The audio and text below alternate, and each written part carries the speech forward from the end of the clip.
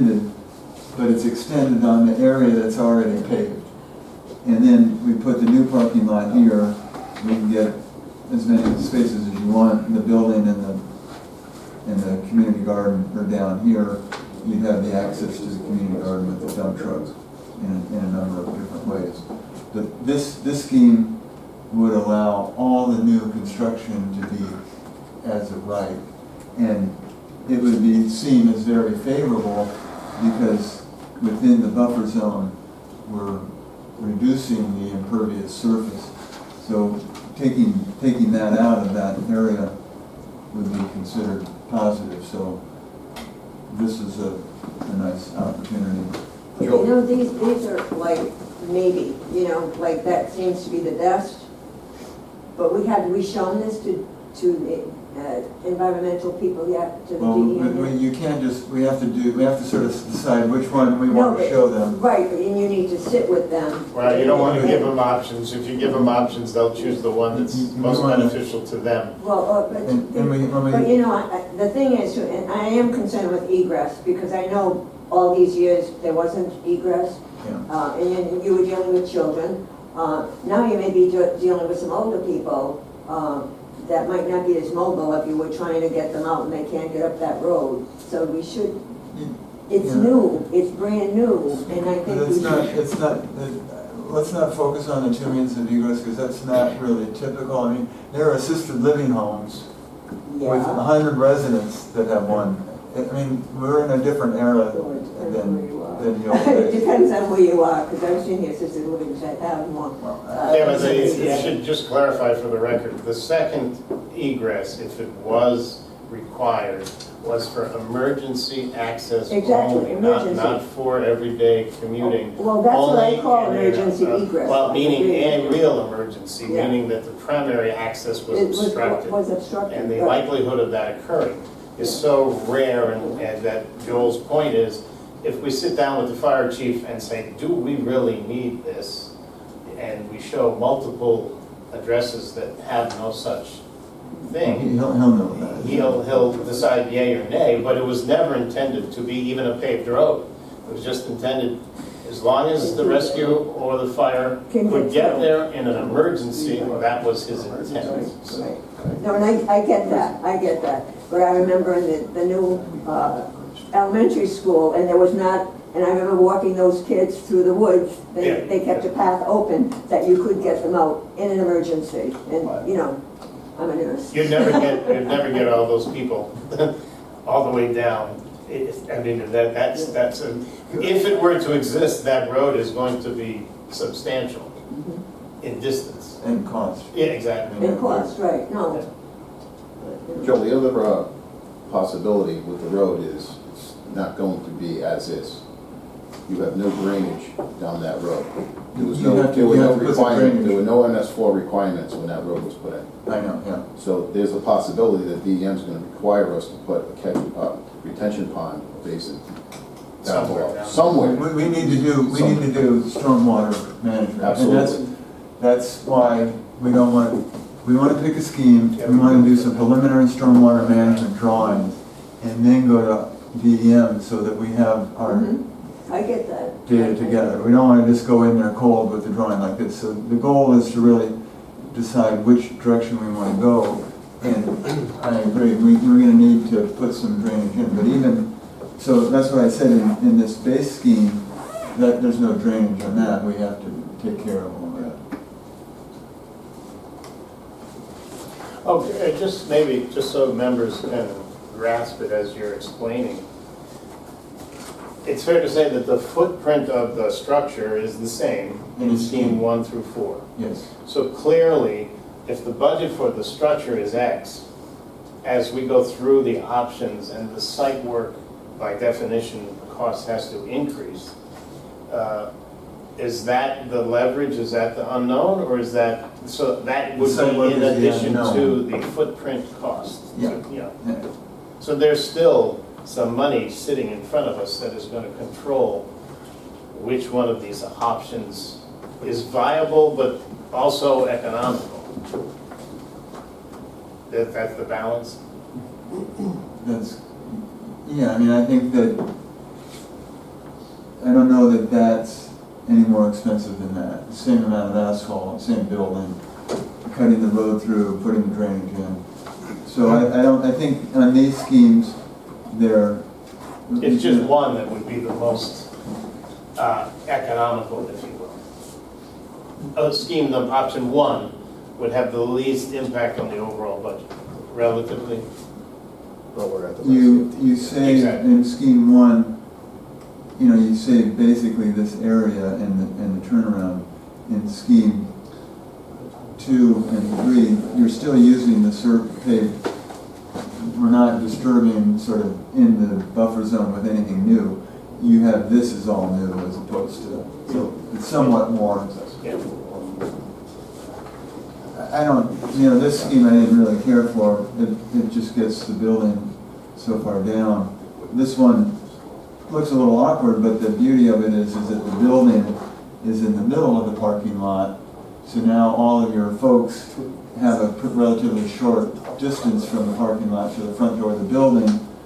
And the addition of the building works out as neatly as we had in the master plan. I liked it too, but I guess my question was, if the garden if that location were the preference, the orientation of the garden versus the sun exposure, is that beneficial, advantageous to you or not? It depends on the trees. I mean, you're still gonna have a buffer of trees, I think. I mean, we could move it over, it could go here. I mean, we had it organized due south. Okay.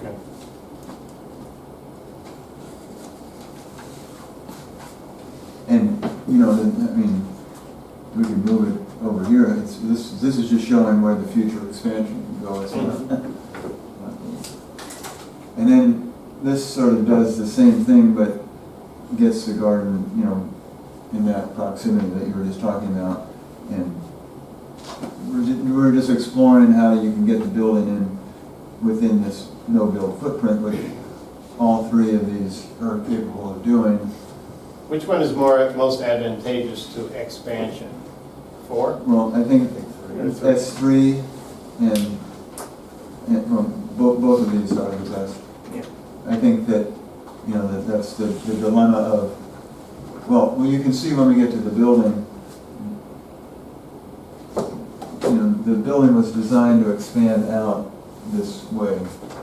And in the other schemes, it's turned around a little bit, but you have to expand out one of these ends on the other, which we could do. The building could easily be adapted if we go to that site plan. At what point does this decision need to be made in order to stay with your Well, it'd be great to sort of decide on a direction so that we can prepare a drawing, do the stormwater analysis, get the site data together of how much impervious is there, how much we're removing, and then have a preliminary meeting with DEM. So it'd be good to make the decision tonight. But is it fair to say? But I'm under the impression the planner has a different take on that. Yeah. That you're putting the building before the site. Yeah. The site has to be brought before DEM That's what I'm approved, saying. then the building. So I don't think we need to worry about. He needs to have a layout. They need a reference point to do anything, though. And we need to show them how Oh, yeah, the, but you're plopping the building on a site. that's correct. Correct. But we need to show them the stormwater management of the roof of the building. They'll want to see where the building is to show them that it's not in the buffer zone. Right, and I think that's what those options are. And yeah. So I think that we're in good shape if we can sort of pick a direction and we can. Because I have to be quite honest with you, I think your estimates might be a little low on time with DEM. Yeah. I've been sitting on a project for a year with 2 roadways with stormwater management. Yeah, but that's all the more reason They're to not- make a they're decision. not fast. And move forward. Well, No. I think the site has to be approved. Can I will take that was, I know. Cars, wetlands, they do a lot of this, so they're. Joel, did you get the email from Mark Rulo Yeah. today? Okay, to your point, he's asking, will you please provide a contact for Perry Engineering so we can begin the process developing a draft site plan suitable for our pre-application meeting with Ryan. Yeah, and I think that's what And we're trying to do tonight, Trying is to do figure out tonight. what site we want to present. because as Robert was saying, we don't want to bring all four of these No, options.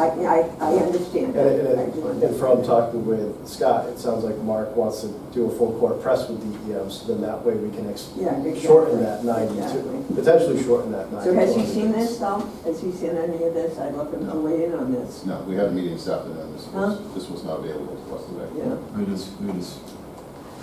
We just got it done, we just got it back from PAR and they had to. Well, no, I mean, I would, he's the person on the admin team that, I would love to hear his impression on it. So, can I just, the layout of the building, to me, lends itself to being askew. Go back to, if you would, Which please. one are you? S2. All right, so if you took that building configuration and swing it clockwise about 45 degrees. Yeah, so now what's that? If you want, I can drew it on there. It kind of utilizes that space. And what is your garden requirement just to be able to get from a paved surface to the garden? Well, we usually dump the manure outside the garden.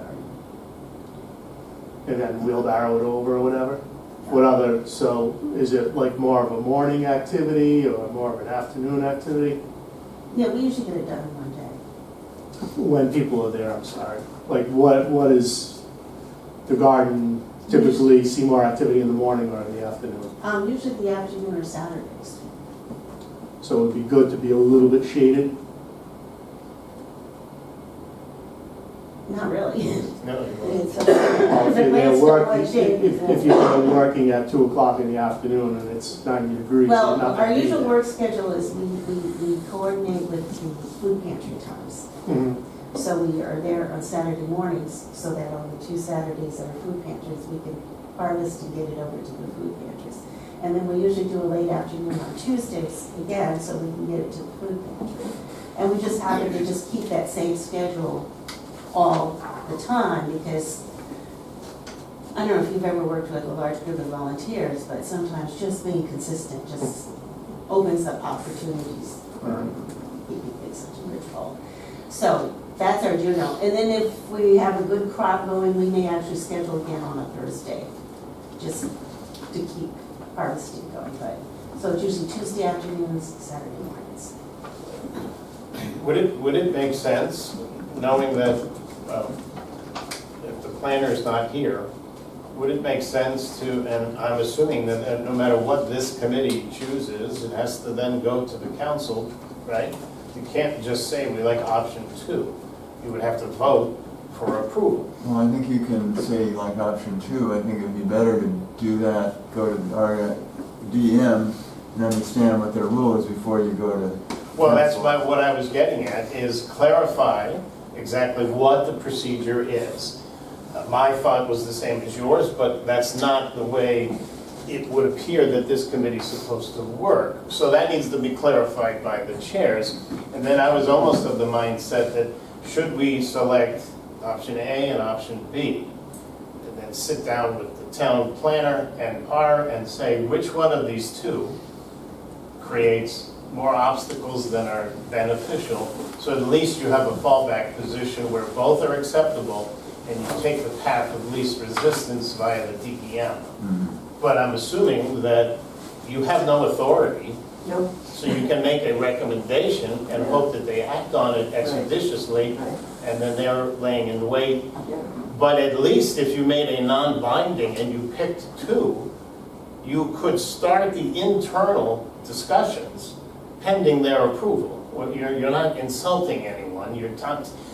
There's nothing that you're doing that is beyond, other than to say, let's at least let them start to look at them, and we're assuming that council will approve one or both. Well, See what I I think mean? it's preliminary to approve it because you don't know, the whole goal is to get it on a preliminary basis to a preliminary meeting at DEM and then report back. So I think it creates a step that is going to confuse folks if you approve a scheme and then you go to DM and they say, well, try this, this, and this. No, I'm just saying that the way this legislation is written, you you have no authority. So no matter what they do, you have to send it to the council. That's the way Well, I I know, but understand you it. would come back from I don't think, do we need an authority to go to a meeting with DEM? I don't think so. Well, I think you need authority as to which one of these plans. That I don't think this committee in and of itself can say item 1, 2, or 3. That's all I'm getting. So why not do this? Just present to the town council at this point now, because I mean, what's our role then? If Yeah. council's gonna be making all the decisions at this point, Well, I mean, yeah. we're advisory, great. We're advisory. Council doesn't always listen to advisory boards. Well- So at this point, The you know, easiest thing to do is to pick a layout that does not infringe on the jurisdictional area. yeah, That's the easiest thing. You can turn that building 53 different directions and put enough parking outside of that area, put something on paper and go to DEM. Right. That's the goal. We can't get completely out of the jurisdictional area because of the access roads already in I it, have no so. choice, yeah. Yeah, so that's why we'd like to go, you know, but that's where I agree with you, you're out of the jurisdictional. And I agree.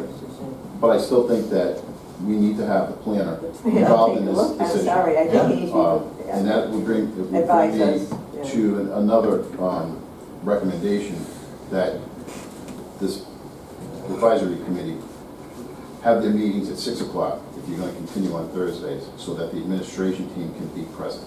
Great for me. He is the expert in this stuff, and so I think that even if a decision was made tonight, which can certainly be put off for another 2 weeks, if we're gonna have a meeting in 2 weeks on this, do it at 6 o'clock when he can make himself available.